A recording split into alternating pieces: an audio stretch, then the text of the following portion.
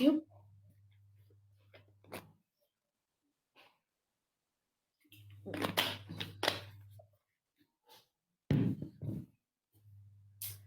Good afternoon.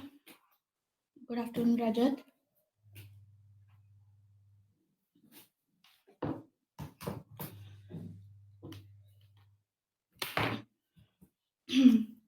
Hello, Chinmay.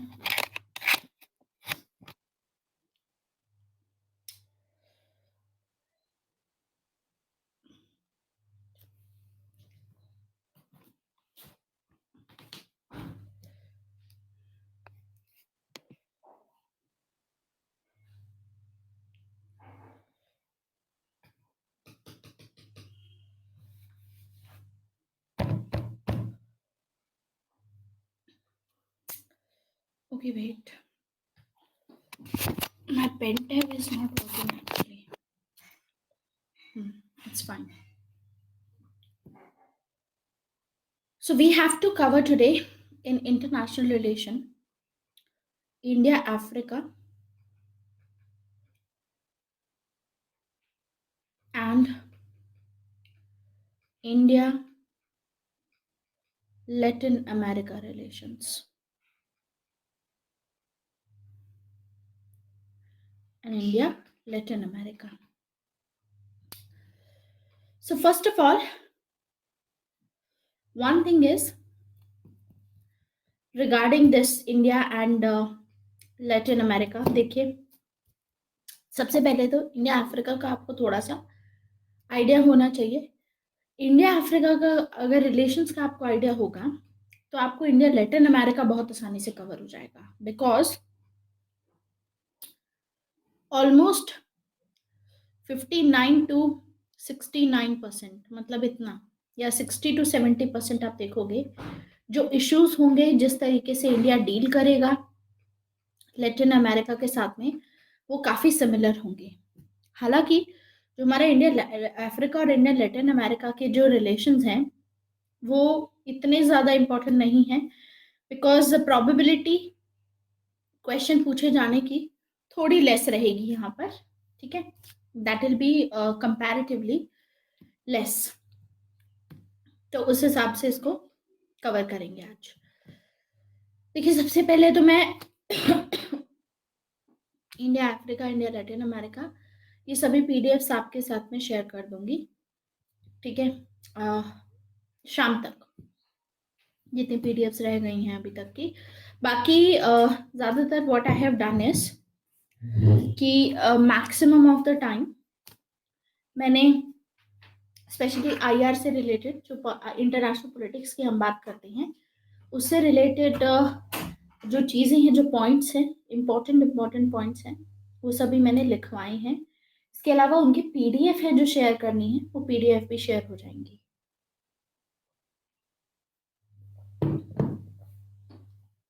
I'll do that one by one, ठीक है। सो फिलहाल शुरू करते हैं।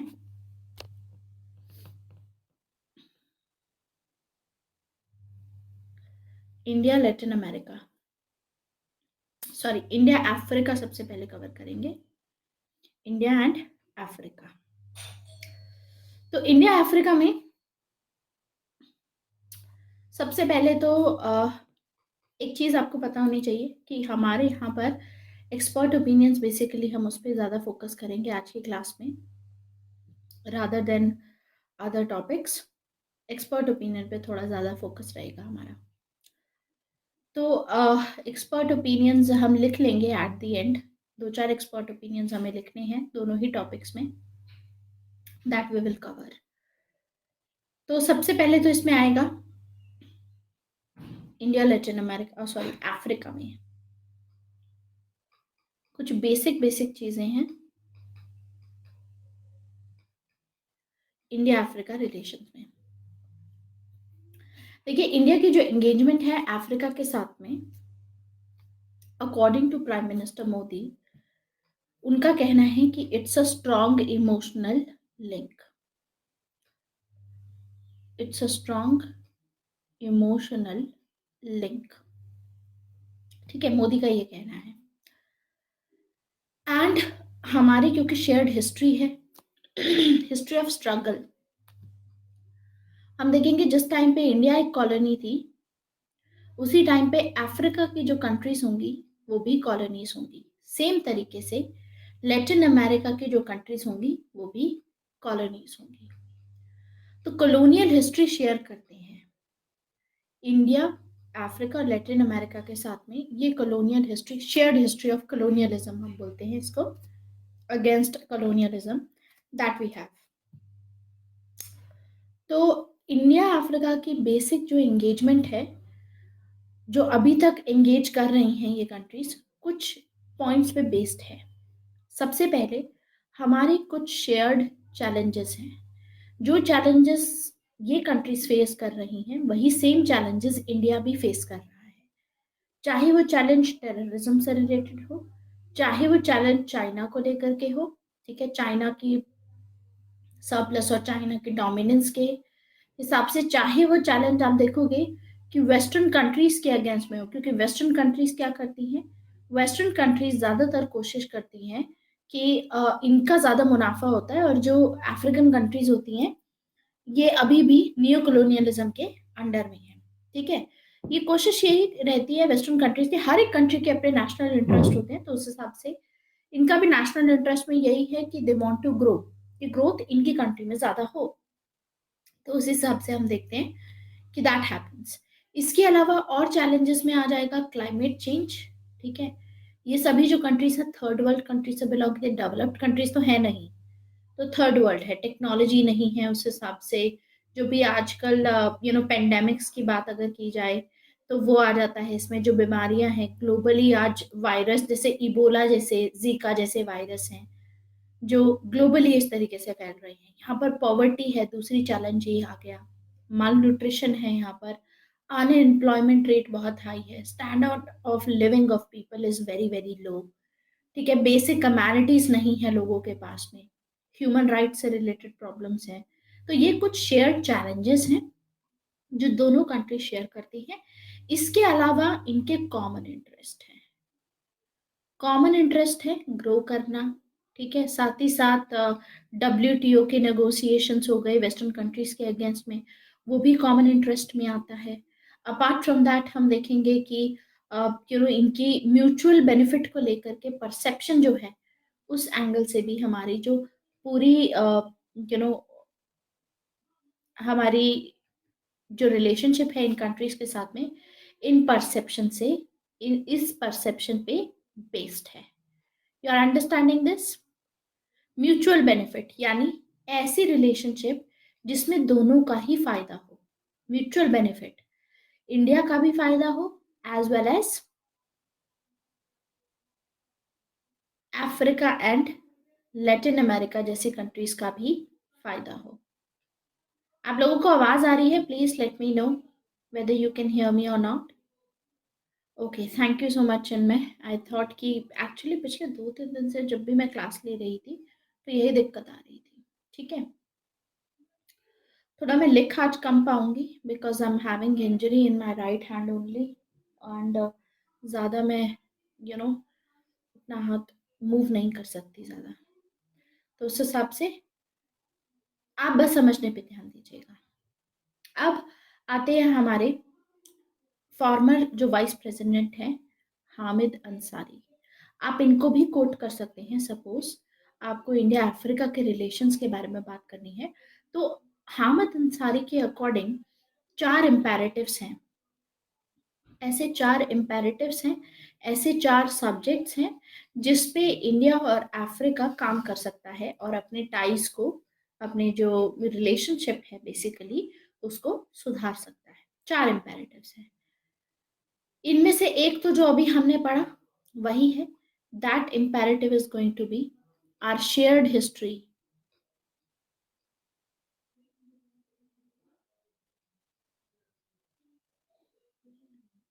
आर शेयर्ड हिस्ट्री, ठीक है, और आर शेयर्ड हिस्ट्री, इसी के साथ में हमारे इनके साथ में कल्चरल लिंक्स रहे हैं।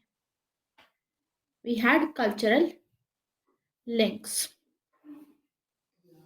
ठीक है, सेकेंड इज हम देखेंगे कि इसमें सेकंड हमारा रहेगा कल्चरल लिंक्स के अलावा हमारी जो स्ट्रेंथ है, ठीक है, हमारी जो कैपेसिटी है, जैसे कि दोनों की ही,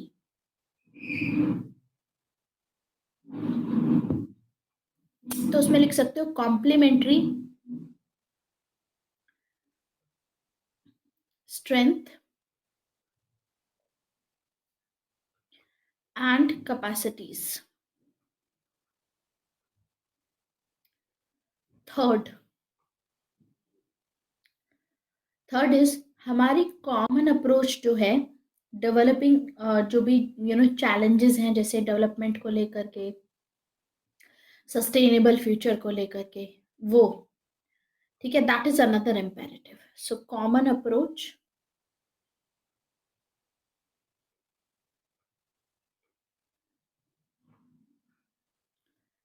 in meeting developmental in meeting development challenges।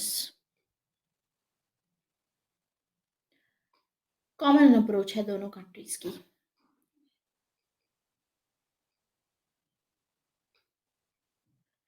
towards having a sustainable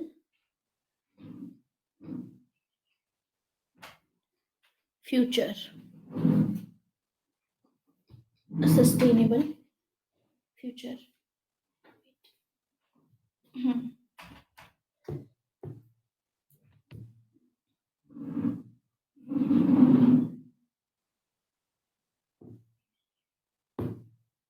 next,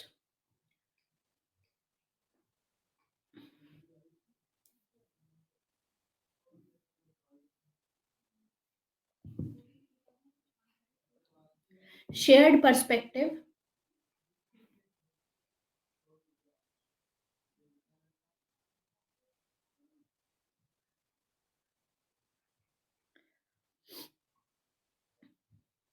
on addressing peace and security related matters।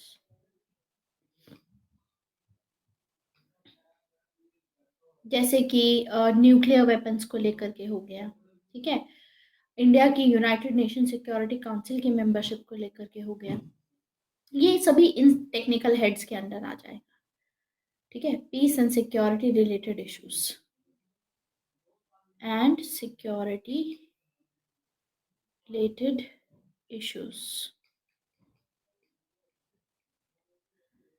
ठीक है।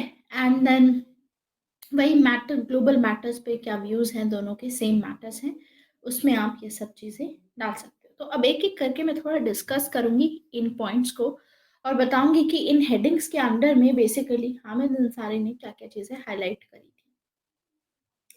सबसे पहला है शेयर्ड हिस्ट्री और कल्चरल लिंक। आपको पता ही है, महात्मा गांधी सबसे पहले साउथ अफ्रीका गए थे, वहां ही उन्होंने सबसे पहले नॉन वायलेंस प्रैक्टिस किया था, पीसफुल रेजिस्टेंस वहीं पे प्रैक्टिस किया था, और वापस आकर के इंडिया में वही चीज प्रेजेंट होगी, ठीक है, वही चीज इंडिया में अप्लाई होगी। इसके अलावा हम देखते हैं कि हम दोनों ही कंट्रीज एंटी कॉलोनियल स्ट्रगल के अगेंस्ट में they have gone for that, दोनों का ही एक्सपीरियंस रहा है against exploitation and racial discrimination. बहुत डिस्क्रिमिनेशन हुआ है, चाहे वो फिर लैटिन अमेरिका क्यों ना हो, अफ्रीका के साथ भी हुआ है, लैटिन अमेरिका के साथ भी हुआ है। उसके बाद हम देखते हैं कि इंडिया आज टाइम पे ग्रोइंग इकोनॉमी है, ठीक है, लेकिन उसके बावजूद बहुत चैलेंज है इंडिया। तो उस हिसाब से डेवलपिंग कंट्रीज के इंटरेस्ट को चैंपियन करने के लिए, स्पेशली अफ्रीका जैसी कंट्रीज हो गई, तो उसमें इंडिया कहीं ना कहीं सबसे आगे रहा है। जैसे कि इसमें आप हाईलाइट कर सकते हो शेयर्ड हिस्ट्री में हम नॉन अलाइनमेंट मूवमेंट हमने स्टार्ट की थी, उसमें भी अफ्रीका की कंट्रीज साथ में थी, ठीक है। पीपल टू पीपल कांटेक्ट में भी देखोगे तो पुराने टाइम में बहुत सारे लोग थे जो इंडियन ओरिजिन के भी, जो अफ्रीका में जाकर के सेटल हुए, ठीक है। ये जो ब्रिटिशर्स थे इनके साउथ अफ्रीका में आप देखोगे कि कॉलोनी होगी, तो उस हिसाब से हमको देखने को मिलता है ये सब चीजें। तो इसमें ये सब चीजें आप हाईलाइट कर सकते हो। Second is complementary strength and capacities. अब इसमें क्या क्या चीजें हाईलाइट की जा सकती हैं। देखिए, इंडिया एक long term stable and profitable market goods and services की प्रोवाइड कर सकता है, ठीक है। India can provide for this, जो भी अफ्रीका की मान लीजिए कोई डिमांड है गुड्स एंड सर्विसेज को लेकर के, क्योंकि वहां पर तो मैन्युफैक्चरिंग हाउसेस नहीं है, ठीक है। वहां पे इनफैक्ट मैन्युफैक्चरिंग इंडस्ट्रीज नहीं है बिल्कुल भी। तो इंडिया एक स्टेबल प्रॉफिटेबल मार्केट अफ्रीका में जनरेट कर सकता है, ठीक है। इंडिया इन्वेस्ट कर सकता है वहाँ पर। एक तो कॉम्प्लीमेंट्री ये रही। एंड हम देखेंगे कि इंडिया के लिए अफ्रीका की साइड पे क्या इंपॉर्टेंट है। अफ्रीका में फूड सिक्योरिटी रिक्वायरमेंट के पर्पज से, एनर्जी सिक्योरिटी रिक्वायरमेंट के पर्पज से काफ़ी अफ्रीका हमारे लिए इम्पोर्टेंट है। कैसे? देखिए, सबसे पहले कवर करते हैं फूड सिक्योरिटी रिक्वायरमेंट। अब आपको पता है कि इंडिया में जितनी लैंड है, वर्ल्ड की कितने परसेंट लैंड है इंडिया में?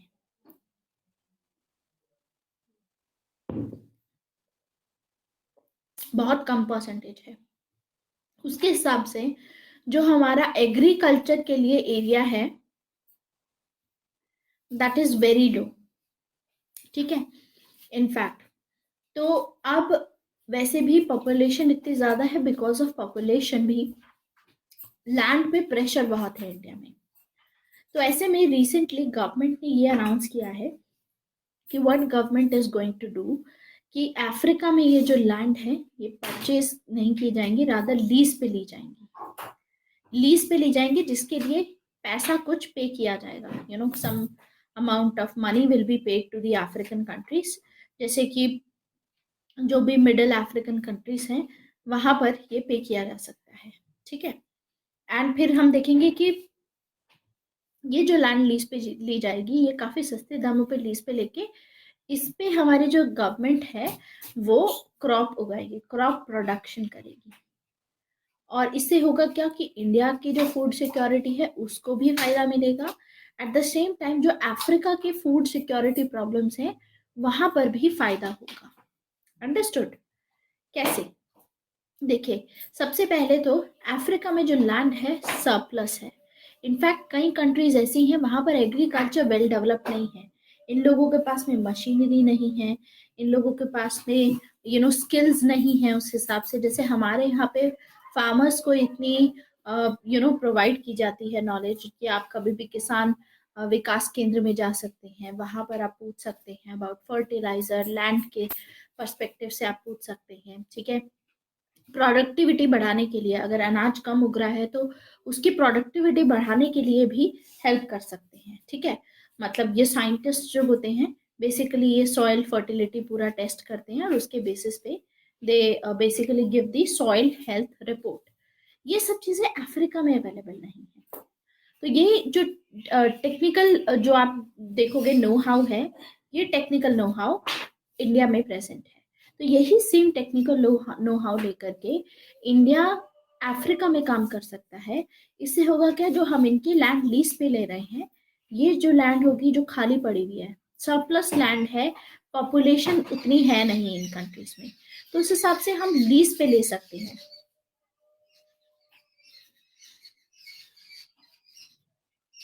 ठीक है। So we can take it at lease, and lease पे लेकर के हमको लैंड मिल जाएगी, इनको कुछ ना कुछ फायदा होगा उसका। प्लस यहाँ के जो फार्मर्स होंगे उनको डेफिनेटली फायदा होने वाला है इससे, बिकॉज फार्मर्स के लिए ये चीज रहेगी कि उनको बहुत कुछ सीखने को मिलेगा, प्रोडक्टिविटी बढ़ जाएगी। जो यहाँ से प्रोड्यूस किया जाएगा, अब ये सेल कर पाएगा अफ्रीका इंडिया को, जो भी प्रोड्यूस किया जाएगा, या यहाँ पे जो प्रोड्यूस किया जा रहा है, अगर अफ्रीका रखना चाहे तो रख भी सकते हैं, मतलब उसके लिए वो इंडिया को थोड़ा बहुत पे कर देंगे फिर इन दैट केस।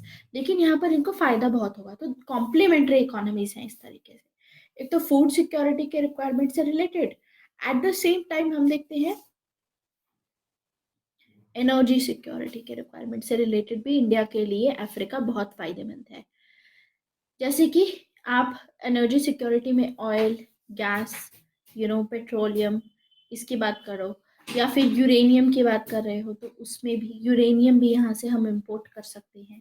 तो इंडिया के लिए ये सब चीज़ें एक तरीके से बहुत इम्पोर्टेंट हो जाती हैं। तो वैसे भी इंडिया अपना मिडिल ईस्ट में से अब डाइवर्सिफाई करने की ट्राई कर रहा है कि डाइवर्सिफाई कर पाए अपने ऑयल के जहां से भी वो इंपोर्ट कर रहा है। तो दोनों की ही कॉम्प्लीमेंट्री स्ट्रेंथ एंड कैपेसिटीज हैं, दोनों के पास में इतनी कैपेसिटी है कि एक दूसरे को स्टेबलाइज करने के लिए सपोर्ट कर सके। ठीक है, तो ये दोनों के लिए ही एक तरीके की विन विन सिचुएशन हो जाती है। This is a win win situation for both. इसमें दोनों ही कंट्रीज का फायदा है, करेक्ट, दोनों कंट्रीज का फायदा होगा। इसके अलावा हम देखते हैं India is also an important source of investment. India एक बहुत इंपॉर्टेंट सोर्स है जहाँ पे अफ्रीका में इन्वेस्टमेंट की जा सकती है इंडिया में से। जैसे इंडिया फार्मास्यूटिकल्स में अफ्रीका में इन्वेस्टमेंट कर सकता है, आईटी एंड टेलीकम्युनिकेशन में कर सकता है, इंजीनियरिंग में कर सकता है, एजुकेशन में, हेल्थ में इन्वेस्टमेंट, एग्रीकल्चर में इन्वेस्टमेंट। इनफैक्ट पिछले कुछ सालों में इंडिया का इन्वेस्टमेंट अगर अफ्रीका में देखोगे तो अप्रोक्सीमेटली इंडिया ने $35 बिलियन का इन्वेस्टमेंट किया है अफ्रीका में पिछले कुछ सालों में।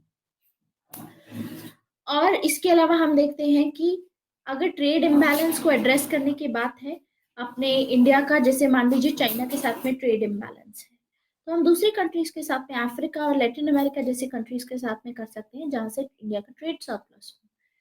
इंडिया हैज ऑलरेडी ऑफर्ड कि यहाँ पर ड्यूटी फ्री एक्सेस दिया जाएगा to Indian markets in that. इसके अलावा कुछ एक्सेप्शंस हैं ऑब्वियसली, वो एक्सेप्शंस हैं जैसे जितनी भी लीस्ट डेवलप्ड कंट्रीज होती हैं अफ्रीका की, for them duty free access रहेगा, कोई ड्यूटी नहीं लगेगी, कोई अगर यहाँ से इंपोर्ट कर रहे हैं कोई भी चीज़ महंगी नहीं पड़ेगी, उतनी ही सस्ती पड़ेगी जितनी ही हमारी खुद कंट्री में प्रोड्यूस करके हम बेचते हैं, बिल्कुल उस टर्म्स में। तो ये एक तरीके से दोनों ही एज अ कंट्री, दोनों के कंट्रीज को हम इकोनॉमिक एंड कमर्शियल पार्टनर्स मान सकते हैं। Understood? So this is a win win situation. अब इसके अलावा हम देखते हैं ये common approach in meeting development. ठीक है, let's look at the third point now. अब थर्ड पॉइंट में हम देखेंगे कि दोनों की कॉमन अप्रोच है in meeting development challenges towards having a sustainable future. देखिए जितनी भी ग्रोथ होने वाली है अब आने वाले टाइम में, वैसे भी क्लाइमेट चेंज हो रहा है, सबको पता है कि sustainable development is the one जो सभी कंट्रीज को फॉलो करना चाहिए। और अफ्रीकन लीडरशिप भी इस चीज को लेकर के काफी अवेयर है। इंडिया का जो डोमेस्टिक एक्सपीरियंस है उसको लेकर के बहुत श्योर है, बहुत अवेयर है कि कितना ज्यादा vibrant manufacturing and services sector है इंडिया का। और इससे हमें ये भी पता चलेगा कि सोशल लेवल पे कितना इंक्लूसिवनेस होती है इंडिया के डोमेस्टिक एक्सपीरियंस में, आप देखोगे। ठीक है, so this is what we C.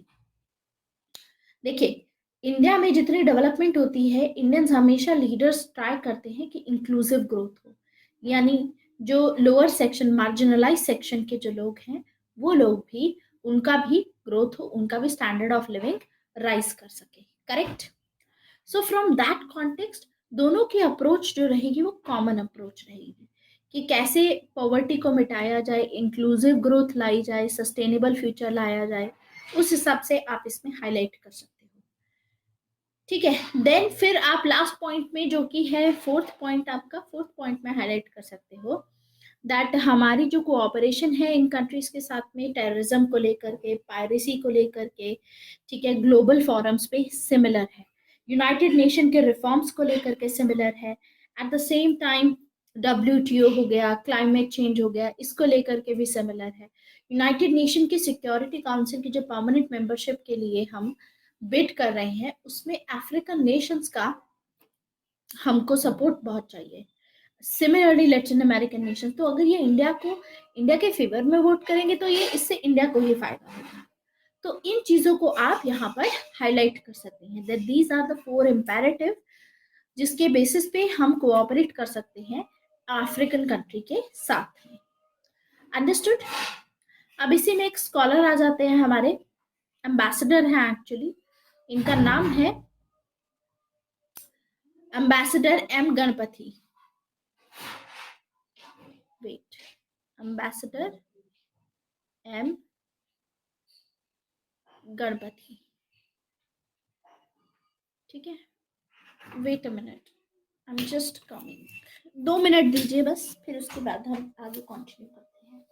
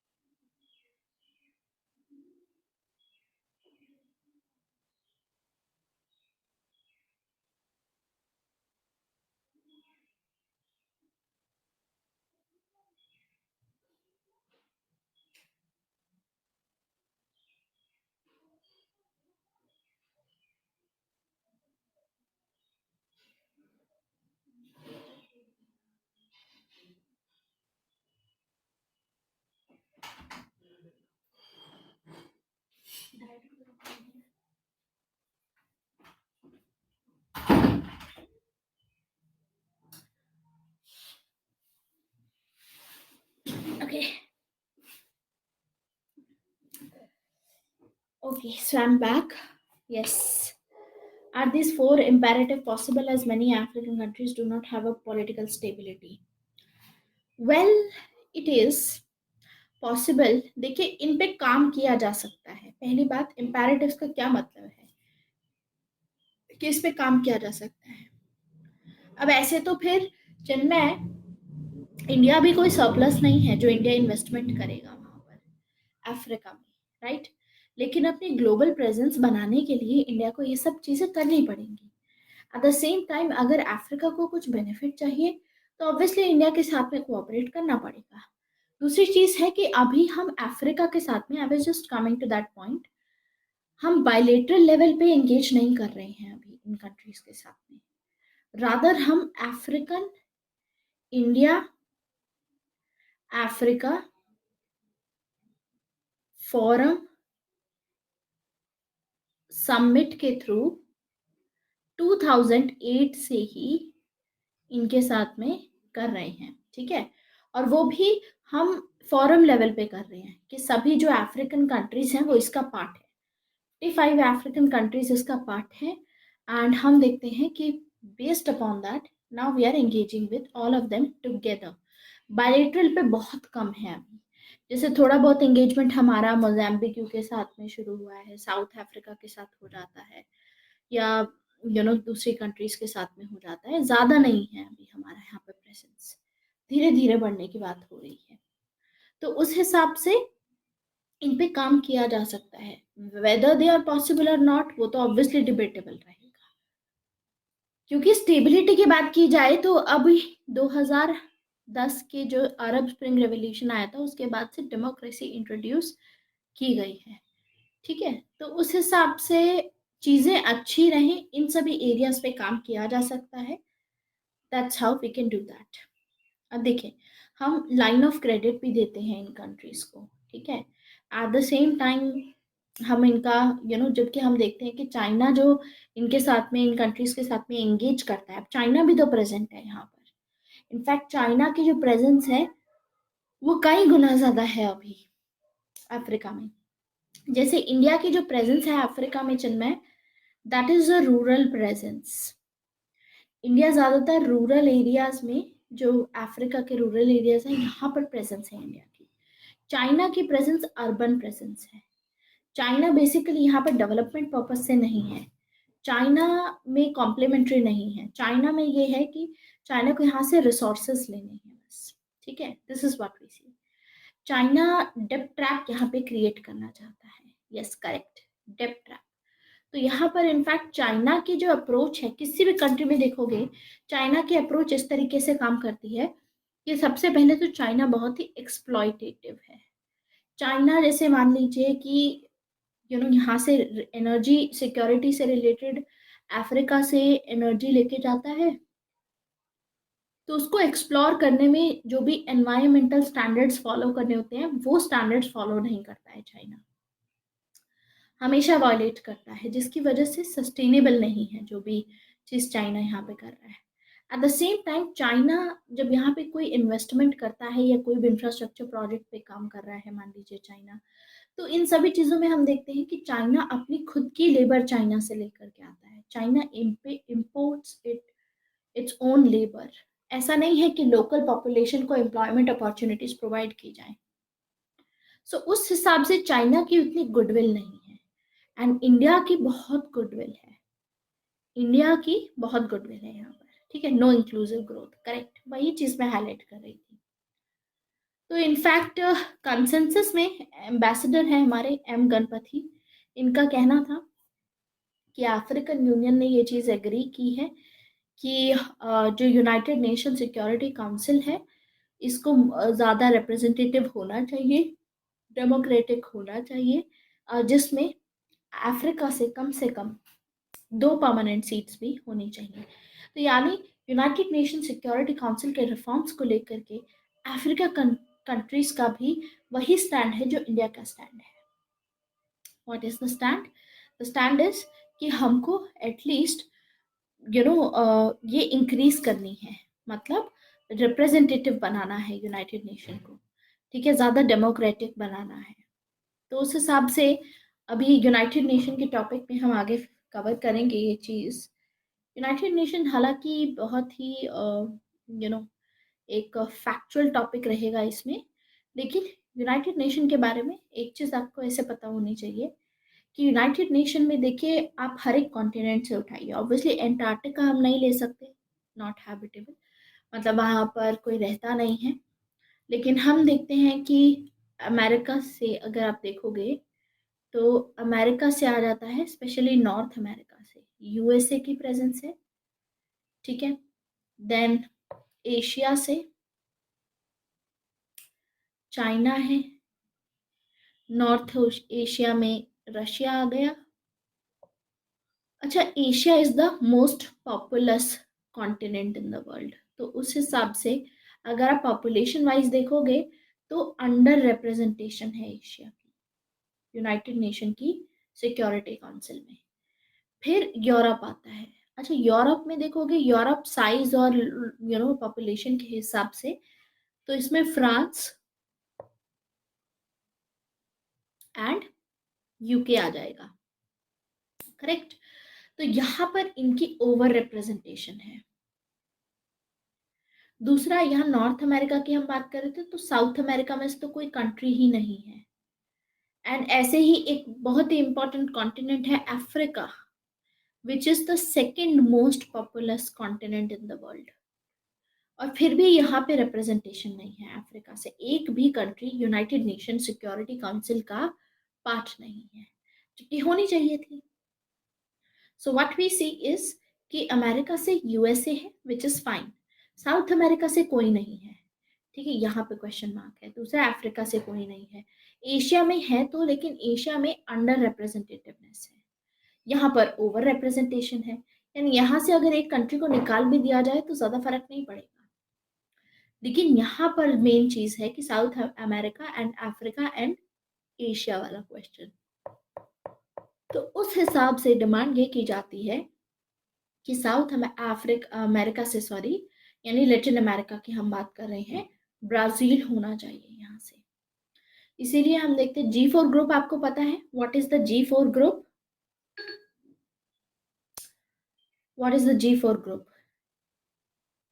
G4 group बनाया गया है वो सभी कंट्रीज, इसमें आता है बिग जे। बिग जे कंट्रीज कौन सी हैं? Brazil, India, Germany and Japan. ये 4 कंट्रीज हैं जो कि चाहती हैं कि यूनाइटेड नेशन का सिक्योरिटी काउंसिल का परमानेंट मेंबर बने। तो दे आर एस्पायरिंग। तो इसमें से ब्राजील है साउथ अमेरिका से, एंड एशिया से इंडिया की आ रही है, ठीक है। प्लस अफ्रीका से ये बात बोली जा रही है कि जितना पॉपुलस है, साइज वाइज भी देखोगे तो कम से कम 2 कंट्रीज होनी चाहिए अफ्रीका से, ठीक है, जिनको यूनाइटेड नेशन सिक्योरिटी काउंसिल का परमानेंट मेंबर बनाया जाना चाहिए। लेकिन अफ्रीकन समिट जो है, अफ्रीकन फोरम में हम देखेंगे जो अफ्रीकन यूनियन बनी हुई है बेसिकली, एयू, सॉरी, इसको हम एयू बोलते हैं, एयू। तो अगर आप एयू देखोगे तो एयू इज द वन जिसमें अभी तक कोई कंसेंसस ही नहीं है कि कौन सी 2 कंट्रीज को इसका पार्ट होना चाहिए, कि कौन सी 2 कंट्रीज इसका पार्ट बनेंगी। दिस इज व्हाट वी सी, ठीक है। एट द सेम टाइम ये कंसेंसस नहीं है, डिसाइडेड नहीं है कि कौन सी कंट्रीज होनी चाहिए। दूसरी चीज, यूरोप में से जर्मनी की आती है, ठीक है, जर्मनी की साइड से, कि जर्मनी को भी यूनाइटेड नेशन का परमानेंट मेंबर होना चाहिए। तो जर्मनी देखिए ऑलरेडी यहाँ पर ओवर रिप्रेजेंटेशन है, फ्रांस भी है, यूके भी है। ऑन टॉप ऑफ इट अगर जर्मनी को भी दिया जाएगा तो ये और ज्यादा ओवर रिप्रेजेंटेशन हो जाएगी, फिर ये तो डेमोक्रेटिक नहीं हुआ। तो जर्मनी का जस्टिफाइड नहीं है। ऐसे ही जापान का भी जस्टिफाइड नहीं होगा इस केस में, बेस्ड अपॉन दैट कि जापान अपनी खुद की जो भी जापान का मिलिट्रिस्टिक टेंडेंसीज रही हैं, पहले इंपीरियलिस्टिक टेंडेंसीज रही हैं, उसके चलते जापान के अपने रीजंस हैं, ठीक है। तो ये सभी चीजें तो खैर बाद की बात है, लेकिन what is important for us is कि जब भी हम बात करें इंडिया अफ्रीका की, तो उसमें एम्बेसडर एम गणपति का भी यही कहना है कि अफ्रीका इसको सपोर्ट करता है यूनाइटेड नेशन में, कि एटलीस्ट यहाँ पर वीटो पावर भी होनी चाहिए 2 कंट्रीज के पास में, अफ्रीकन कंट्रीज परमानेंट मेंबर होनी चाहिए यूनाइटेड नेशन सिक्योरिटी काउंसिल की। आप इसको हाईलाइट कर सकते हैं, ठीक है। तो ये चीज तो आप कोट कर सकते हैं। Another thing that is important in India Africa relation is India Africa forum summit, very very important. देखिए हमारी अफ्रीका के साथ में ज्यादा एंगेजमेंट हुई नहीं है। 1947 के बाद हम अफ्रीका को सपोर्ट कर रहे थे एंटी कॉलोनियलिज्म और अपार्थाइड के उसमें, लेकिन उसके बाद अगर आप देखोगे तो 90s में जब इंडिया ने अपनी इकोनॉमी को ओपन किया, तो उसके बाद भी काफी टाइम तक 2008 तक हम देखेंगे कि कोई इनिशिएटिव नहीं लिया गया अफ्रीका के साथ। जितना इनिशिएटिव लिया गया गवर्नमेंट की साइड से नहीं था, वो सारा इनिशिएटिव जो बिजनेस यूनिट्स हैं, जो बिजनेस या इंडस्ट्रियलिस्ट हैं, इनकी साइड से लिया गया, बिकॉज इनको अपॉर्चुनिटी दिख रही थी अफ्रीका में। ठीक है, तो इसी हिसाब से हम देखते हैं कि आज के टाइम पे अपॉर्चुनिटीज हैं, और इन्हीं के एफर्ट्स की वजह से जो प्राइवेट प्लेयर्स हैं, गवर्नमेंट की वजह से नहीं, जो प्राइवेट प्लेयर्स हैं, इनके चलते, इनके इनिशिएटिव के चलते आज के टाइम पे हम दोबारा हमने शुरू किया है अफ्रीका के साथ में एंगेज करना। वरना 90s के बाद में ज्यादातर हमारा जो गवर्नमेंट की साइड से एंगेजमेंट रहेगा, आप देखेंगे कि गवर्नमेंट 1992 में लेकर के आएगी लुक ईस्ट पॉलिसी। तो लुक ईस्ट पॉलिसी तो आसियान पे ध्यान दे रही थी, इसके मार्केट पे ध्यान दे रही थी, साउथ ईस्ट एशिया के मार्केट पे। अफ्रीका की मार्केट पे ध्यान नहीं दिया, अफ्रीका की मार्केट पे ध्यान गया है प्राइवेट प्लेयर्स के इनिशिएटिव के चलते। तो वहां से पूरी शुरुआत हुई धीरे धीरे करके, फिर 2008 तक आते आते इंडिया अफ्रीका समिट स्टार्ट हुई। ठीक है, इंडिया अफ्रीका समिट के थ्रू ही अब सभी अफ्रीकन कंट्रीज के साथ में इंडिया डायरेक्टली इस समिट के थ्रू ही एंगेज करता है। India Africa summit started in 2008, ये चीज याद रखनी है। इंडिया ने इसमें अपनी कमिटमेंट बेसिकली दी हुई है कि अफ्रीका की कंट्रीज के साथ में स्ट्रॉन्ग पार्टनरशिप डेवलप की जाएगी, पर्टिकुलरली इस समिट के थ्रू। एंड इसमें इसका जो थर्ड एडिशन था, ये 2015 में आया था। उसके बाद इसकी जो फोर्थ एडिशन था, फोर्थ एडिशन एक्सपेक्ट किया जा रहा था कि 2018 में ये सबमिट होगी। देखिए, इस पे क्वेश्चन भी आया था 2000 आई थिंक 15 या 16 में ही क्वेश्चन आया था कि इंडिया अफ्रीका समिट कौन से नंबर की हो रही है, फॉर द फर्स्ट टाइम हुई है या फिर काफी टाइम से चली आ रही है, it is not the first time, या मतलब हमारी एंगेजमेंट रिसेंट ही स्टार्ट हुई है इनके साथ में, सेकंड समिट थी, थर्ड समिट थी। तो that was the third summit. यही क्वेश्चन आया था कि अभी जो समिट हो रही है, इससे पहले सिर्फ 2 ही समिट हुई है आज तक की। तो ये क्वेश्चन प्री में पूछा गया था आपसे। ठीक है, एंड अनदर थिंग इज कि आपको ये चीज पता होनी चाहिए कि 2015 के बाद में फोर्थ समिट वैसे तो ड्यू थी 2018 में, लेकिन 18 से फिर ये डिले करके अभी 2020 में कर दी गई है, तो यानी अगले साल होगी अब ये समिट। ठीक है, तो अभी तक हमने ये जो समिट्स हुई हैं अफ्रीका के साथ में, अभी तक 3 ही टाइम हुई है, ये आपको याद रखना है। दूसरी चीज हम देखते हैं कि ये जो फॉरम है, इंडिया अफ्रीका फॉरम, ये एक अपॉर्चुनिटी प्रोवाइड करता है अफ्रीकन लीडर्स के लिए कि जो भी इंडिया को ऑफर करना है उस चीज को एक्सप्लोर कर सके। तो इस समिट के आउटकम में, जो लास्ट समिट हुआ था 2015 का, इस समिट के आउटकम पे एक डेक्लेरेशन साइन किया गया था which is known as the Delhi declaration. तो ये चीज भी याद रखनी है, ये इसी समिट से एसोसिएटेड है, दिल्ली डेक्लेरेशन। दिल्ली डेक्लेरेशन में एंड साथ ही साथ एक स्ट्रेटेजिक पार्टनरशिप का फ्रेमवर्क भी तैयार किया गया, जिसमें इंडिया एंड अफ्रीका की जो कॉमन पोजीशंस होगी उसको रिफ्लेक्ट किया गया कि इंडिया और अफ्रीका कौन कौन से पॉलिटिकल एंड इकोनॉमिक इश्यूज पे साथ साथ काम कर सकता है, जॉइंटली कमिट कर सकता है, साथ में काम कर सकता है। तो ये जो मीटिंग हुई थी 2015 वाली अफ्रीकन समिट की मीटिंग हुई थी, इससे हमारी अफ्रीका और इंडिया के जो रिलेशनशिप है उसको एक बहुत नई दिशा मिली, जिसमें हम म्यूचुअल रिस्पेक्ट के बेसिस पे, इक्वालिटी के बेसिस पे साथ में मिलकर काम करेंगे सभी एरियाज में डेवलपमेंट के लिए। और इसी के चलते हमारी कैबिनेट ने इंडिया के 18 नए missions, 18 new Indian missions Africa के लिए इनिशिएट किए। इसी के चलते कैबिनेट ने ये चीज अप्रूव की कि इंडिया और अफ्रीका फॉरेन समिट की जितनी कमिटमेंट्स थी उसको इम्प्लीमेंट करने के लिए ये इंडियन मिशंस लाए गए। अब इसके अलावा एक और इम्पोर्टेंट टॉपिक है which is Africa's agenda 2063। Why 2063? ये क्यों इतना इम्पोर्टेंट है, इसको जानते हैं। देखिए, ये जो एजेंडा 2063 है, ये इतना इम्पोर्टेंट इसीलिए है बिकॉज जब भी आप इंडिया अफ्रीका रिलेशंस पे मान लीजिए एम्बेसडर राजीव भाटिया को कोट करेंगे, तो आप ये चीज हाईलाइट कर सकते हैं। एम्बेसडर है इंडिया के राजीव भाटिया, राजीव भाटिया का कहना है कि इंडिया की जो अफ्रीका पॉलिसी है, वो जो अफ्रीका का एजेंडा 2063 है उसके सेम आउटलाइन पे है। ये सेम पॉलिसी एजेंडा 2063 को प्रमोट करता है अफ्रीकन यूनियन, और इंडिया की जो अफ्रीका की पॉलिसी है वो भी सेम लाइंस पे कॉम्प्लीमेंट्री है बेसिकली। ठीक है, African policy of India at the same time ये जो एजेंडा 2063 है कहीं ना कहीं ये कॉम्प्लीमेंट्री लाइंस पे है। जैसे कि हम देखते हैं कि डेवलपमेंट से रिलेटेड हो गया, ठीक है, उससे रिलेटेड आता है इसमें।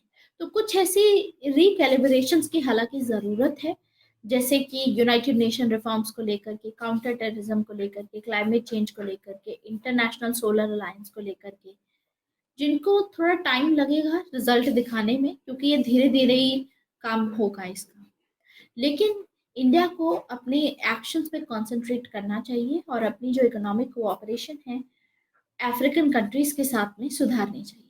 ठीक है, ये राजीव भाटिया का कहना है कि this is how India should do.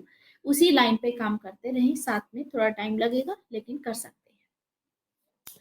देखिए, अफ्रीकन यूनियन बनी थी 1963 में, तो इसके 100 साल पूरे होंगे 2063 में। तो 100 सालों में क्या टारगेट्स रखे गए हैं अफ्रीकन यूनियन के द्वारा, वो सभी टारगेट्स कहीं ना कहीं कॉम्प्लीमेंट्री इंडिया के साथ में मैच करके हम अपनी कोऑपरेशन बढ़ा सकते हैं। ये राजीव भाटिया का कहना है। इसके अलावा हमारे एक और एम्बेसडर है, ambassador Vishwanathan. Ambassador Vishwanathan, HHS Vishwanathan बोलते हैं वैसे तो इसको, इनको नाथन।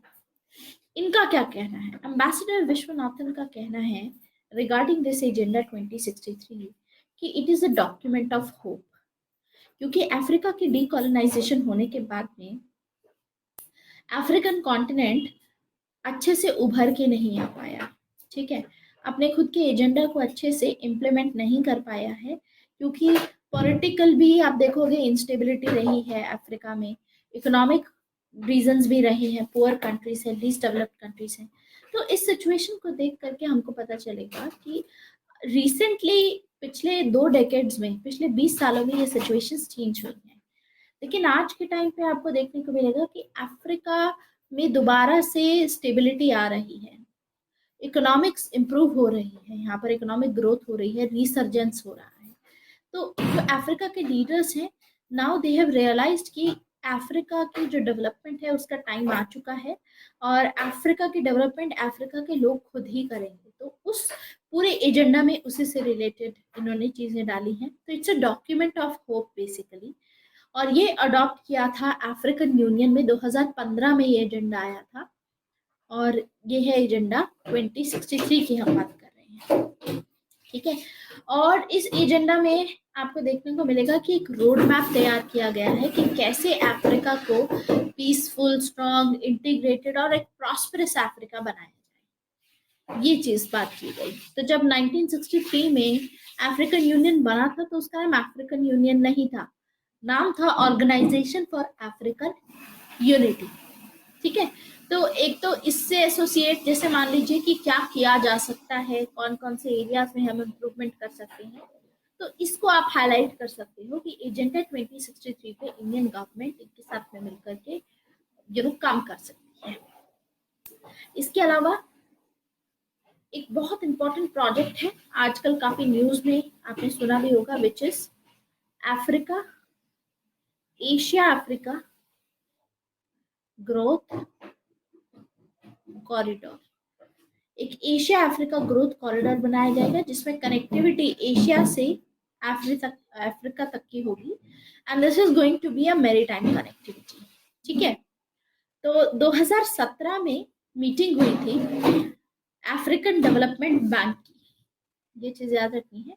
2017 में अफ्रीकन डेवलपमेंट बैंक की मीटिंग हुई थी, जिसमें जापान भी था, जिसमें इंडिया था, एंड अफ्रीकन कंट्रीज थी। बेसिकली इसमें जापान एंड इंडिया ने ये डिसाइड किया कि साथ में मिलकर के वो एशिया अफ्रीका ग्रोथ कॉरिडोर पे काम करेंगे।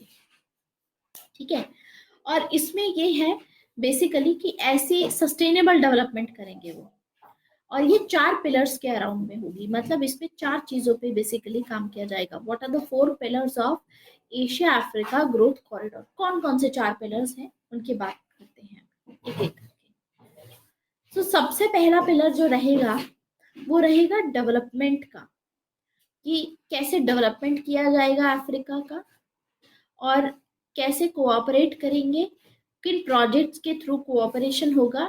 तो development and cooperation projects, this is the first pillar. Second pillar is quality infrastructure and institutional connectivity से related. Quality infrastructure and institutional connectivity.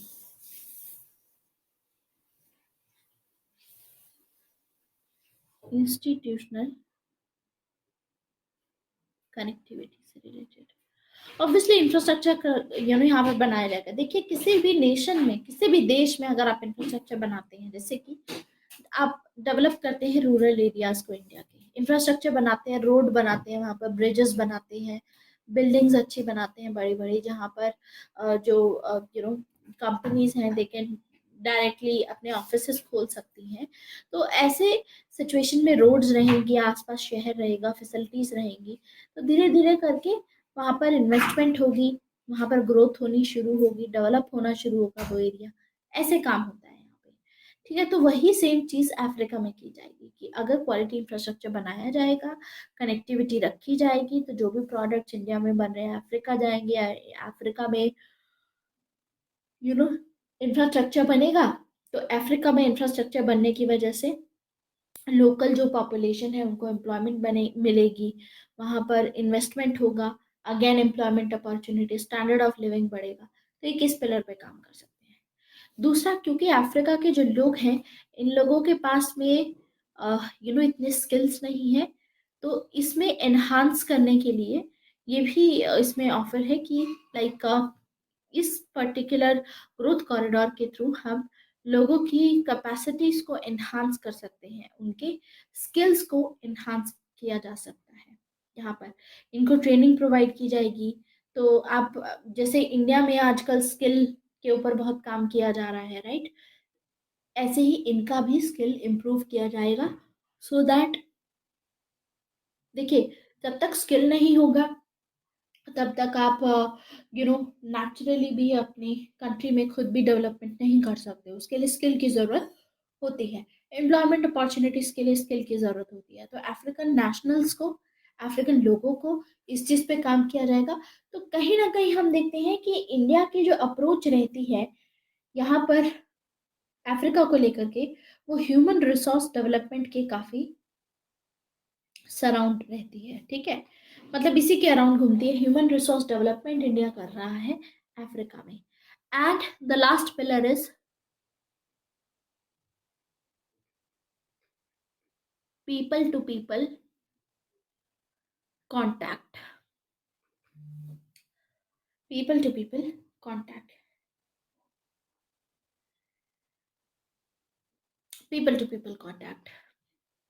अब देखिए, Asia Africa growth corridor special focus रखेगा Africa में, India पे, South Asia में, South East Asia में, East Asia में, Oceania में। ठीक है, इन सभी रीजन्स में। पर्टिकुलरली आज के टाइम पे आपको पता है इंडो पैसिफिक रीजन की कितनी ज्यादा इंपॉर्टेंस बढ़ रही है। इनफैक्ट ये भी माना जा रहा है कि आने वाले टाइम में इंडो पैसिफिक रीजन, ये पूरे रीजन होगी, यहाँ पर सबसे ज्यादा प्रॉस्पेरिटी होगी। और इसमें अगर इंडो जापान लीडरशिप रहेगी, तो इसी को इंडिया की जो एक्ट ईस्ट पॉलिसी है, और जापान की भी एक पॉलिसी है, जापान की है PQI पॉलिसी, तो वो साथ में ओवरलैप होती है, दोनों कंट्री साथ में काम कर सकती है और इसका फायदा उठा सकती है। इससे दूसरी कंट्रीज का भी फायदा होगा जहां पर भी ये इन्वेस्टमेंट किया जा रहा है। So let me tell you, India और जापान दोनों की साइड में कौन कौन सी पॉलिसीज कॉम्प्लीमेंट्री हैं। इंडिया की साइड में act east policy, and Japan के साइड में आपका रहेगा PQI. What is PQI? PQI is the Expanded Partnership for Quality Infrastructure.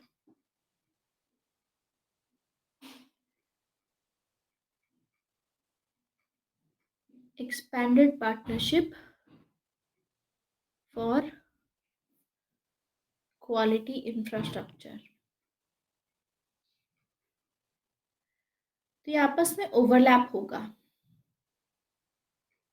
क्योंकि देखिए एक्ट ईस्ट पॉलिसी में भी अब पूरी Pacific, Asia Pacific region involve है। एशिया पैसिफिक में, एशिया में अगर आप देखोगे तो इंडियन ओशन आता है, और इंडियन ओशन के भी अफ्रीकन स्टेट्स बहुत सारे हैं जो लिटरल स्टेट्स हैं इसके, मतलब इसके सराउंडिंग है जो। तो कहीं ना कहीं यहाँ से इम्प्रूवमेंट किया जा सकता है, ठीक है। प्लस इंडिया एंड जापान दोनों ने अब ये डिसाइड किया है कि दोनों अपनी पार्टनरशिप ओपन रखेंगे सभी लाइक माइंडेड कंट्रीज के साथ में भी, जैसे यूएस के साथ में, फ्रांस के साथ में, जर्मनी के साथ में, सिंगापुर, यूएई, इन सभी कंट्रीज के साथ में ये लोग भी आना चाहे, अगर एशिया अफ्रीका ग्रोथ कॉरिडोर में they can contribute also. So vision document अगर आप देखोगे एशिया अफ्रीका ग्रोथ कॉरिडोर का, तो उसमें एशिया की जो इकोनॉमी है, which is a robust economy obviously, उसको अफ्रीका की यंग डेमोग्राफी के साथ में लिंक किया गया है कि इससे काफ़ी पॉसिबिलिटीज़ हैं और काफ़ी अच्छा ग्रोथ यहाँ से देखने को मिलेगा। अपॉर्चुनिटीज़ बहुत अच्छी हैं, चैलेंज भी हैं, ठीक है, लेकिन चैलेंज को ओवरकम किया जा सकता है, हर चीज़ में चैलेंज होता है। तो उस हिसाब से बस ये है कि होल हार्टेड इंटरनेशनल कोलैबोरेशन अगर हो जाए, मतलब सभी कंट्रीज, अब सभी कंट्रीज को पता है कि आने वाले टाइम में एशिया पैसिफिक रीजन बहुत ही ज़्यादा इंपॉर्टेंट होने वाला है। हाईलाइट में वैसे बना हुआ है कि नेक्स्ट जो सुपर पावर होगी वो एशिया पैसिफिक रीजन से होगी। तो उस ये जानने के बावजूद हम देख सकते हैं कि जो कंट्रीज हैं वो इन्वेस्ट करना चाह रही हैं, जैसे यूएस से भी है, ठीक है, यूएसए अपना टीपीपी लेकर के आया था, ट्रम्प के चलते तो अलग ही डिसीजन लिया गया, बट ऑल टुगेदर अगर हम देखें यहाँ पर, सो यहाँ पर चैलेंजेस डेफिनेटली है, लेकिन अगर सभी कंट्री पूरे दिल से साथ में आकर के कोलैबोरेट करती हैं एक दूसरे के साथ में और काम करती हैं, तो यहाँ पे बहुत फायदा मिलेगा। दूसरा ये है कि अब यहाँ पर जो एशिया अफ्रीका ग्रोथ कॉरिडोर है, इसको लेकर के देखिए क्वेश्चन पूछा जा सकता है। क्वेश्चन ये है कि जो एशिया अफ्रीका ग्रोथ कॉरिडोर है, क्या ये इंडिया का जवाब है चाइना के one belt one road initiative को? मतलब क्वेश्चन ऐसे भी पूछा जा सकता है कि क्या Asia Africa growth corridor one belt and one road initiative है जो चाइना का, इसको चैलेंज कर सकता है कि नहीं? ये क्वेश्चन पूछा जा सकता है, करेक्ट। तो उस हिसाब से देखा जाए तो राजीव भाटिया जो हमारे एम्बेसडर है, उनका क्या कहना है, उनको आप कोट कर सकते हैं। एम्बेसडर राजीव भाटिया, तो एम्बेसडर राजीव भाटिया का क्या कहना है? एम्बेसडर राजीव भाटिया का कहना है कि यू नो ये गलत होगा अगर हम जो चाइना की अप्रोच है अफ्रीका को लेकर के और इंडिया की अप्रोच है अफ्रीका को लेकर के उसको इक्वेट करते हैं, मतलब उसको इक्वल मानते हैं। दिस विल बी रॉन्ग, क्योंकि चाइना ज़्यादातर इंफ्रास्ट्रक्चर पे फोकस करता है। चाइना ज़्यादातर हम देखेंगे चेक बुक डिप्लोमेसी खेलता है, चेक बुक डिप्लोमेसी। अच्छा, ये सभी जो पॉइंट्स हैं आपको ये पीडीएफ में मिल जाएंगे, let me upload it here. वैसे तो पीडीएफ आपके वहाँ पर भी मैं आपको अपलोड कर दूंगी, रीडिंग पर्पसेस के लिए पढ़ लेना, लेकिन जो एक्सपर्ट ओपिनियंस हैं ये आपको मैं क्लास में ही पढ़ा रही हूँ, ये वहाँ पर नहीं होगा।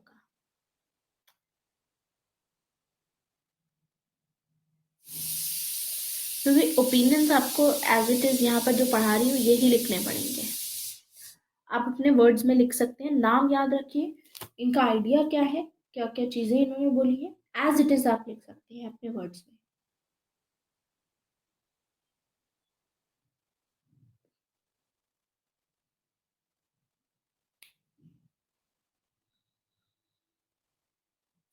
वेट,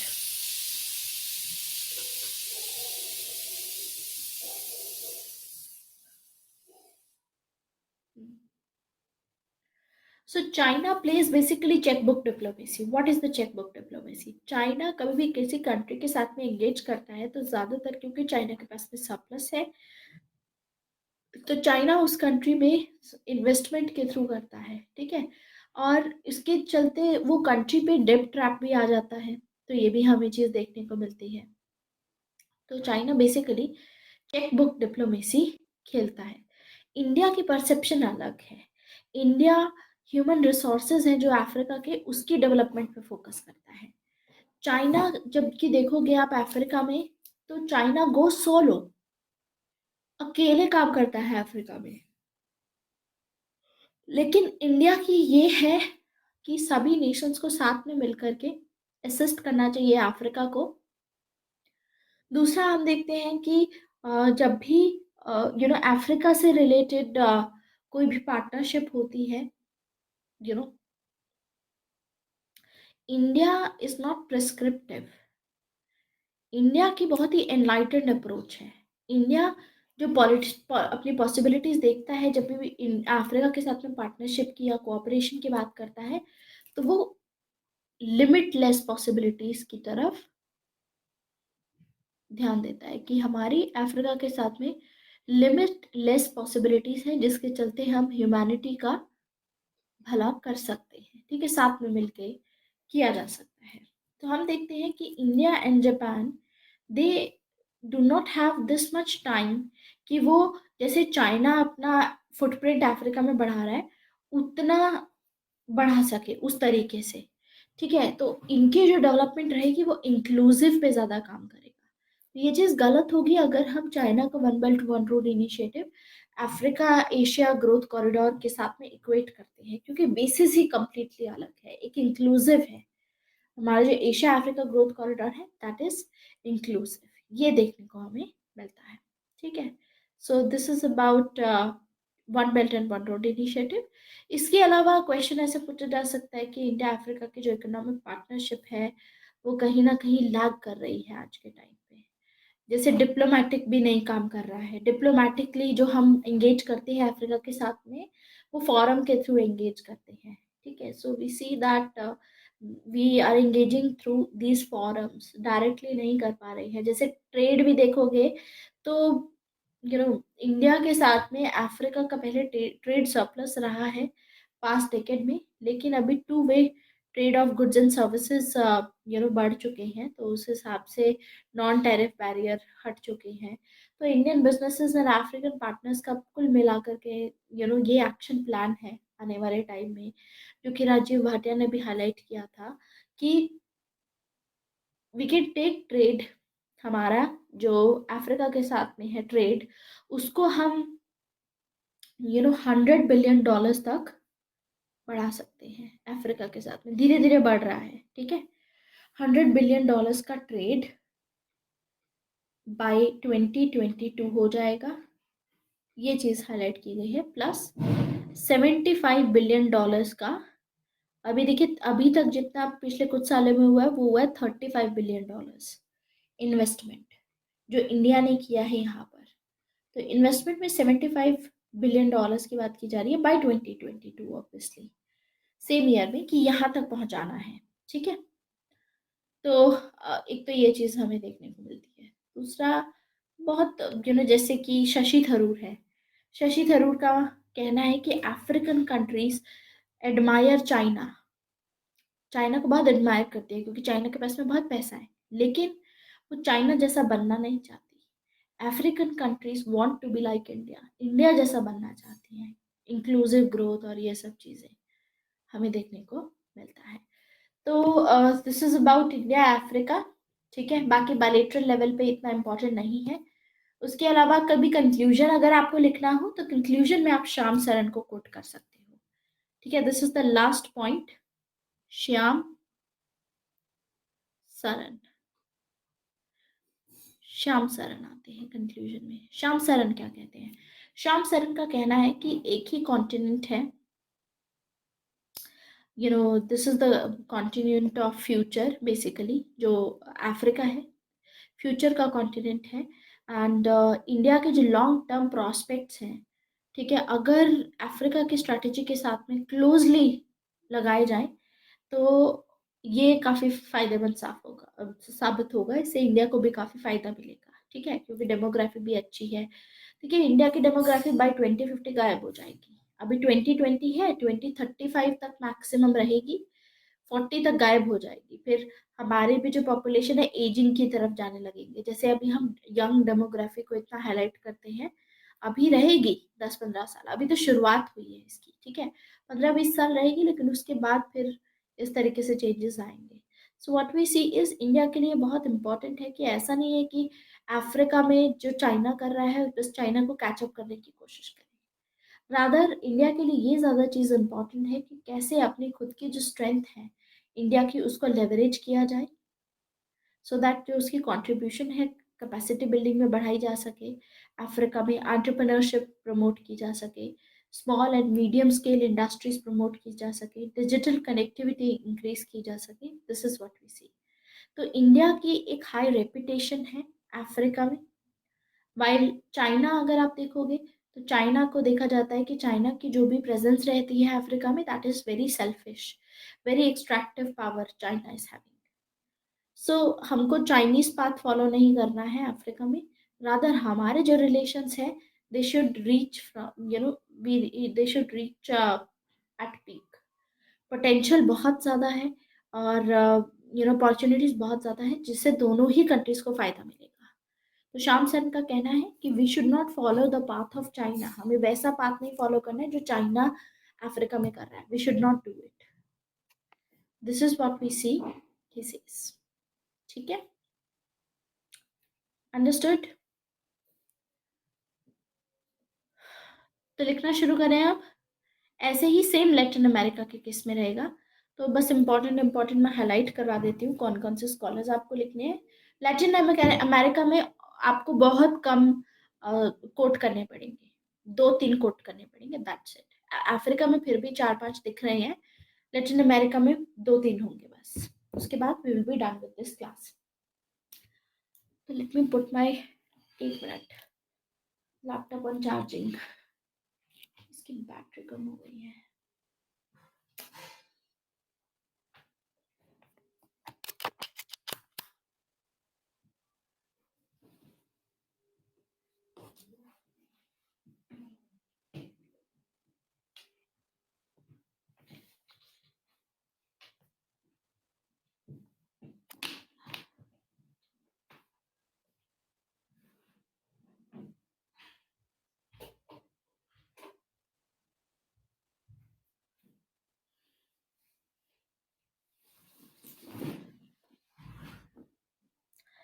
हाँ जी। सो ये जो पॉइंट्स अभी हमने कवर किए हैं इन्हीं को लिखना है। शुरू करें लिखना। 2-4 ही लिखने हैं वैसे तो।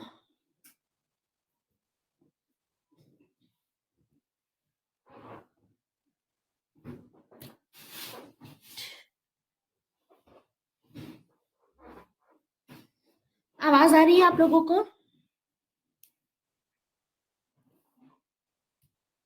ओके, लिखना शुरू कीजिए। सबसे पहले कोट कीजिए शशि थरूर। शशि थरूर, शशि थरूर के बारे में लिख सकते हैं आप। Shashi Tharoor says that African countries admire China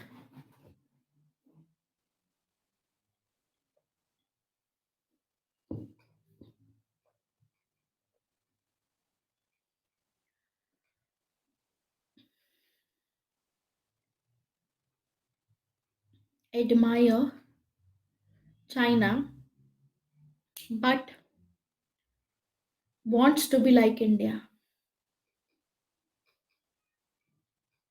but wants to be like India. Next,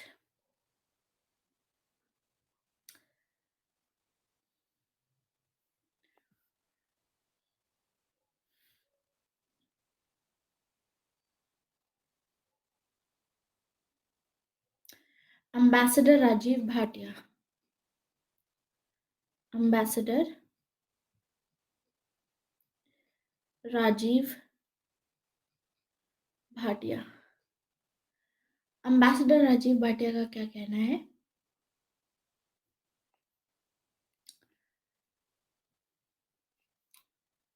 right,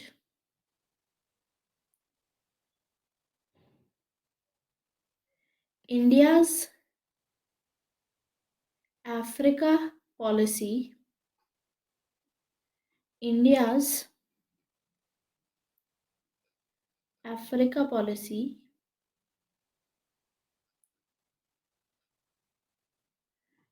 Africa policy is broadly in line with is broadly in line with agenda 2063, agenda 2063, comma, promoted by the African Union,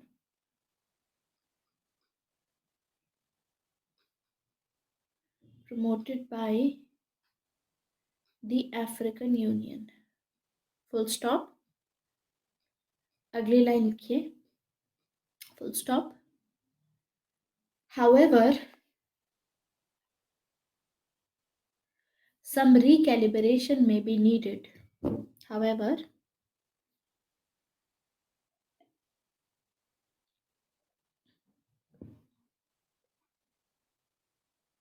some recalibration may be needed because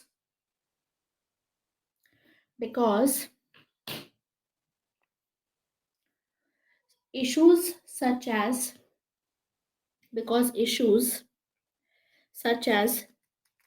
UN reform,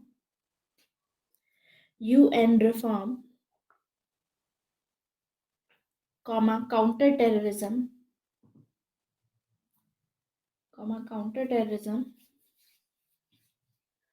climate change,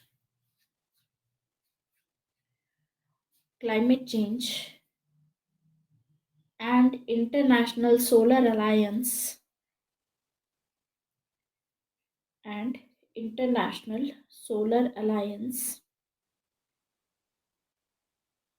will inevitably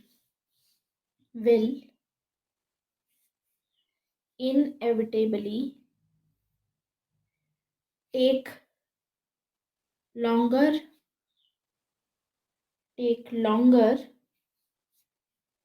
to show results.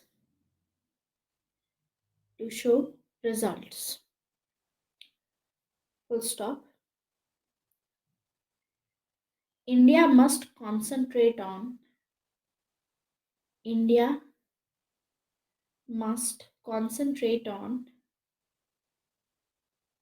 actions.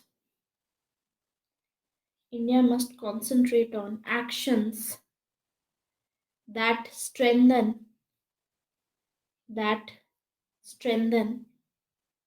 its economic cooperation.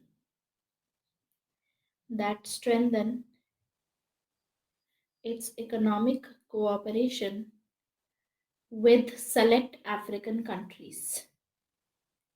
With select African countries.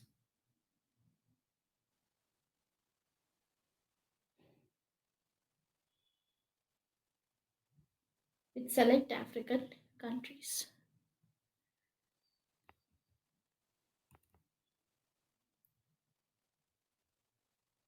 He suggests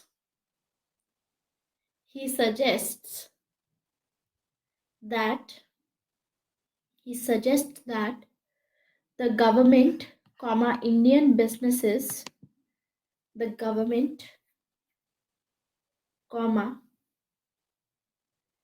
Indian businesses and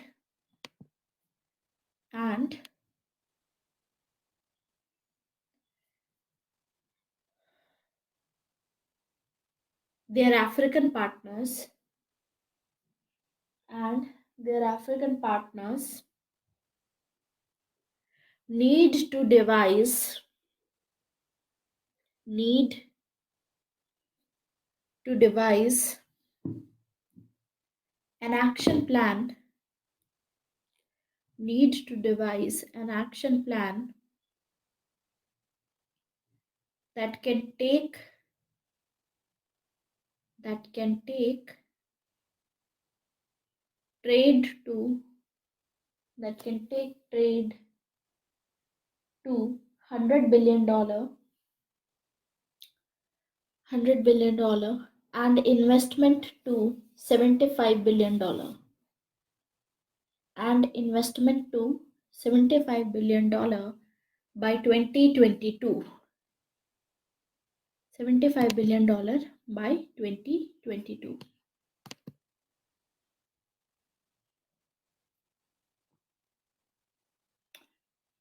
Change of paragraph, right?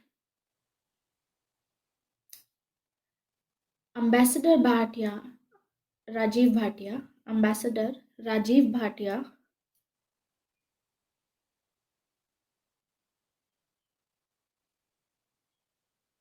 on Asia Africa Growth Corridor, Asia Africa Growth Corridor says that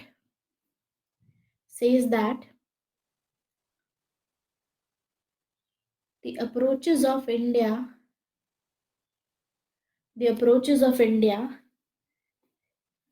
and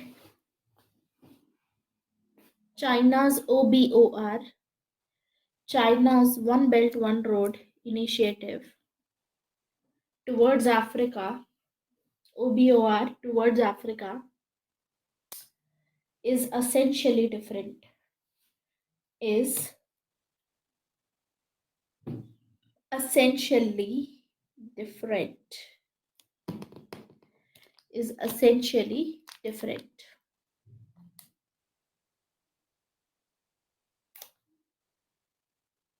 It is essentially different.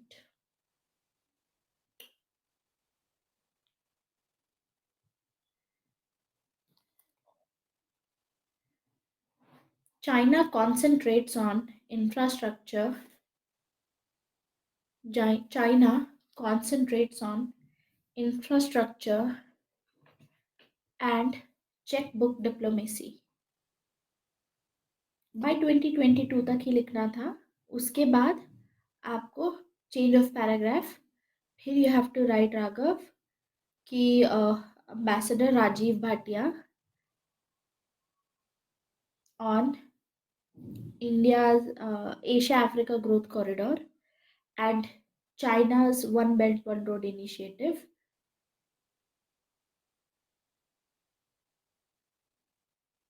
says that the approaches of India and China towards Africa is essentially different, are essentially different. यहाँ तक लिख लिया. आगे लिखिए. China concentrates on infrastructure. China concentrates on infrastructure and checkbook diplomacy. And checkbook diplomacy. Bracket में लिखिए इसमें आगे चेकबुक डिप्लोमेसी के आगे लिखिए डेब्ट ट्रैप डिप्लोमेसी. डेब्ट ट्रैप डिप्लोमेसी. डेब्ट trap diplomacy.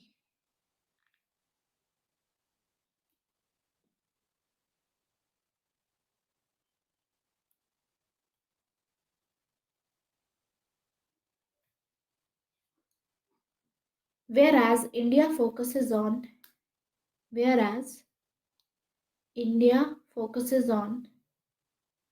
the development of Africa's human resources. Africa's human resources.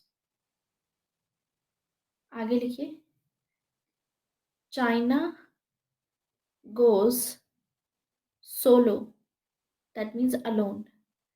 China goes solo,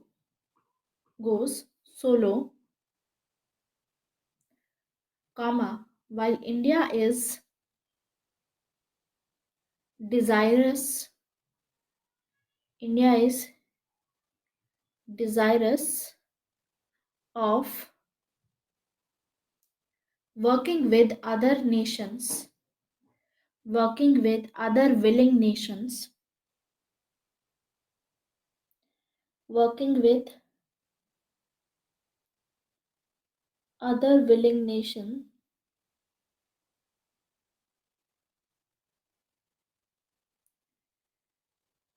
to assist Africa, to assist Africa, to assist Africa. Full stop.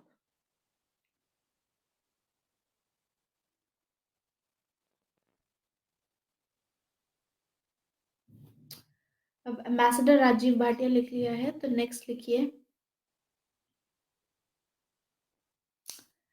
Professor Shri Ram Chauliya, professor Shri Ram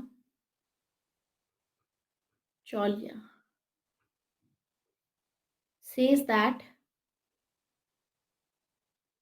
India cannot be clubbed, India cannot be clubbed in the same category as China, in the same category as China, that is as a mineral grabber, that is as a mineral grabber, that is out to plunder Africa, to plunder Africa. Full stop.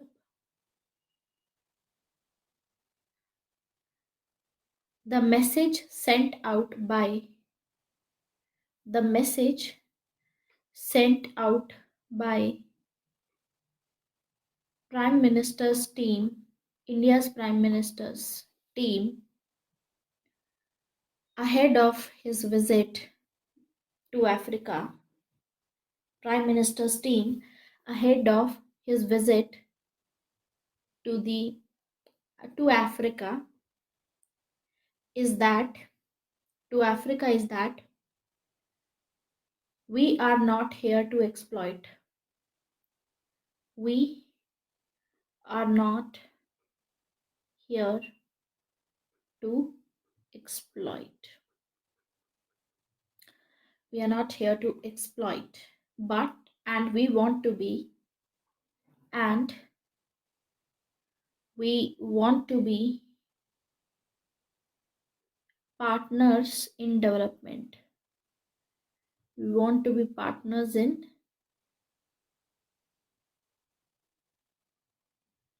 development. ठीक है, तो yeah, I think it is good enough. आगे last लिखिए, Shyam Saran. Conclusion में आप श्याम सरन अगर कभी coat करना चाहें तो इनको कोट कर सकते हैं. Shyam Saran, Shyam Saran. Africa is a continent future of the future. Africa is a continent of the future, and India's long-term prospects and India's long-term prospects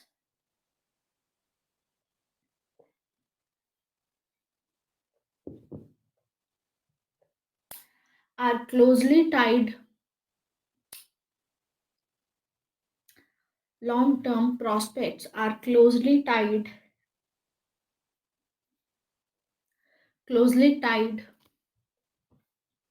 to the success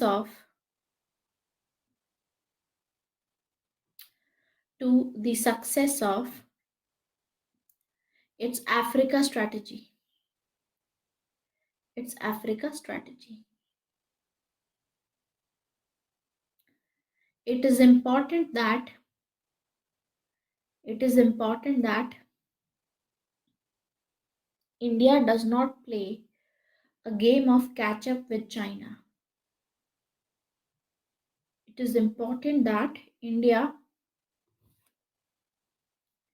does not play a game of catch up with China.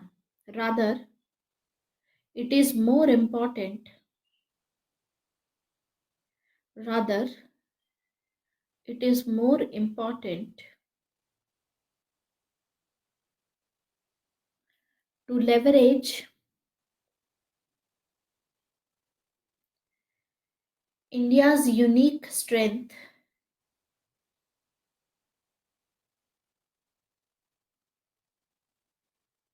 such as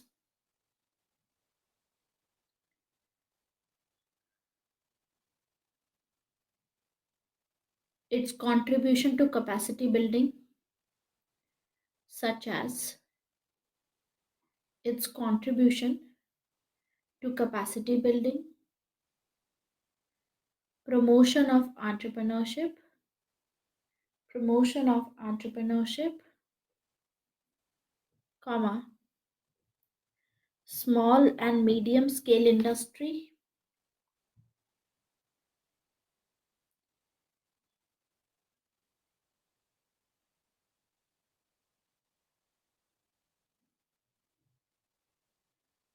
small and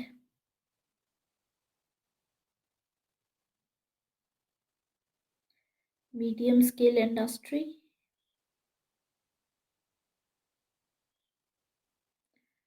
and digital connectivity.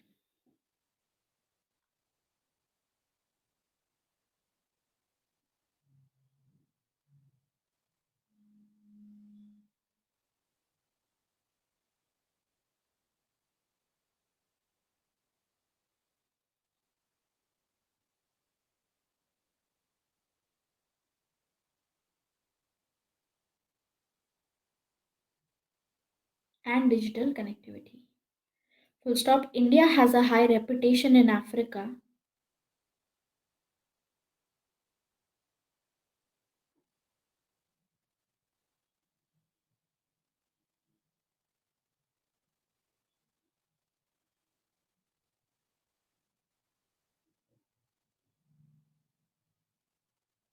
India has a high reputation in Africa, while China is seen as a selfish and extractive power. While China is seen as a selfish and extractive power.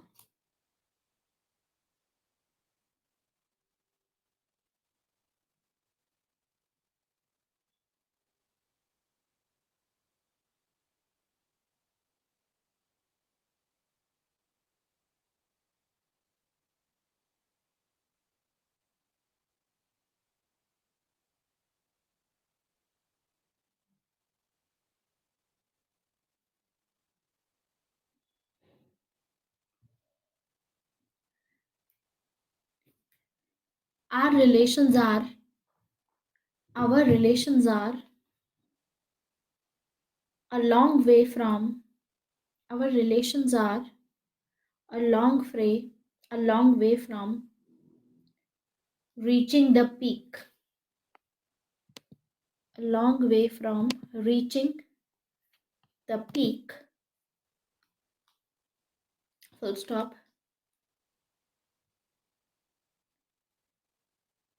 That's it. I think that is enough. ठीक है, तो एक तो ये हो गया हमारा, बाकी फिर है लैटिन अमेरिका. अब लैटिन अमेरिका का हमारी जो नेक्स्ट क्लास होगी उसमें हार्डली 2-3 आई थिंक थिंकर्स हैं. ठीक है, हाँ 3 ही हैं. एक तो प्रोफेसर शिव कुमार होंगे, दीपक भोजवानी है एंड श्याम सरन है. तो ये हम लिख लेंगे नेक्स्ट क्लास में, नेक्स्ट क्लास के बिगिनिंग में. उसके बाद फिर हम अपनी नेक्स्ट क्लास शुरू करेंगे. 6:30 पे आपकी एक और क्लास है. ठीक है. that's when we'll cover it. So this is it. Thank you very much. बाकी 6:30 बजे क्लास है. एंड रियली सॉरी मैं पीछे 2 दिन क्लास नहीं ले पाई because of my health issues. ठीक है. होपफुली अब क्लासेस ऑन टाइम ही रहेंगी no matter what. I don't even want कि ज़्यादा बर्डन रहे इसमें. तो उस हिसाब से हम कर लेंगे. बाकी कुछ ऐसे सेशंस थे जो दिसंबर में आगे चले गए थे, तो मैंने वो सेशंस वापस से नवंबर में रखे हैं. तो उन सभी सेशंस में भी हम कवर कर लेंगे further. Thank you very much.